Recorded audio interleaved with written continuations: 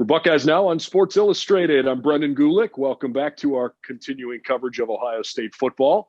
We're here with John Garcia of SI All-American on a day that maybe we didn't expect to be talking about recruiting, but boy, we've got something interesting to relay to you, and that was based off of Ryan Day's comments this morning in his first public appearance since the national championship game a couple weeks ago. Coach Day was asked very specifically about the upcoming signing day in February and how much room he thought the Buckeyes had on their team based on both who said they are coming back and the class that they've already signed at the early signing period.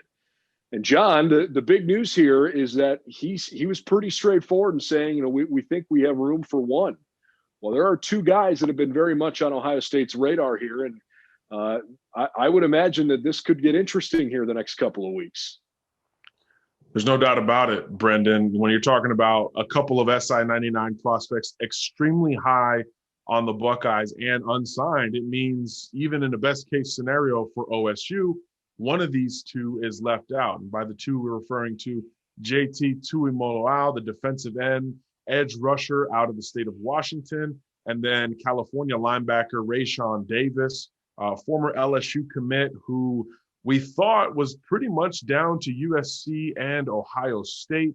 But now, that could be up in the air depending on Ohio State's stance in terms of who gets that final national letter of intent. They're both SI 99 guys. Tuimoloau is the number one edge rusher.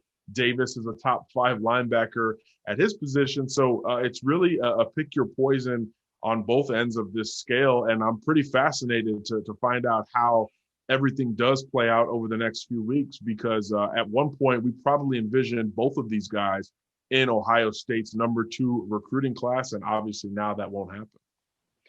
Well, in terms of who the Buckeyes are bringing in, right, just from a linebacker position, that's probably the one area on the team where they're bringing in the fewest incoming freshmen. Only Reed Carrico is part of the incoming class. Does that, in your mind, does that play into this at all? Do you think, simply based on the position, that maybe Raesjon Davis has a little bit of an upper hand here? Yeah, well, it goes to NFL draft philosophy, right? Do you take your biggest need or best available? There's no doubt that Tuimoloau is the best prospect available nationally for any position. Any school that has a shot at this kid is going to want to try to get him. And that's why it's an Alabama, Ohio State, Washington, Oregon, USC battle. But like you said, Ohio State's D-line class is already elite. You've got the number 2 edge rusher already signed in Jack Sawyer. You've got fellow SI 99 member Mike Davis up the middle. So the group is already strong at this point. So why not push towards the linebacker position? And as you know, Davis is actually going to visit Columbus. So I think that may give the biggest tell in terms of what Ohio State wants, at least in the short term. Linebacker is a bit of a bigger need, and I think Davis complements Carrico in terms of his style. Davis is more of a lanky edge prospect who can play in space, and Carrico is more of a interior see ball, get ball type of linebacker, so they can actually complement each other quite well. We know Ohio State has been D-line U of late, especially with those pass rushers, and Tuimoloau would certainly fit in. But if your consolation prize is the number 2 edge rusher in Jack Sawyer, I think you're in pretty good shape. So I would look at it from more of a biggest need over best available. But stranger things have happened, and in this race for the number 1 class or for a true, devastating defense and roster standpoint, any feathers. So again, quite fascinating and very unexpected news, and I have no idea how Ohio State's going to figure it out. Raesjon Davis is currently in Columbus on an unofficial visit. He was coming into town this weekend. It's the first time he's been able to come to campus with his parents, although he has briefly been through campus a couple of times as part of a bigger recruiting trip with some other prospects. So he's getting an opportunity this weekend. Again, an unofficial visit. We're approaching the 1-year mark of a dead period recruiting to officially host some of these prospects. But Davis is in Columbus. He tweeted it earlier this afternoon. I don't know if that necessarily gives him an upper hand, but from the position standpoint, having Mike Hall, having Jack Sawyer, having some of these guys that are already committed might make you think that Davis has a little bit of an upper hand here. The other thing to keep in mind too is, just how quickly and uneventful that signing day period was, John. You really get the impression that the guys that wanted to be at Ohio State made that happen in a very quick, systematic way back at National Signing Day on the early signing day. And so there hasn't been a whole lot of drama. This is like the first time we've really run into any sort of aha type moment with recruiting here this year.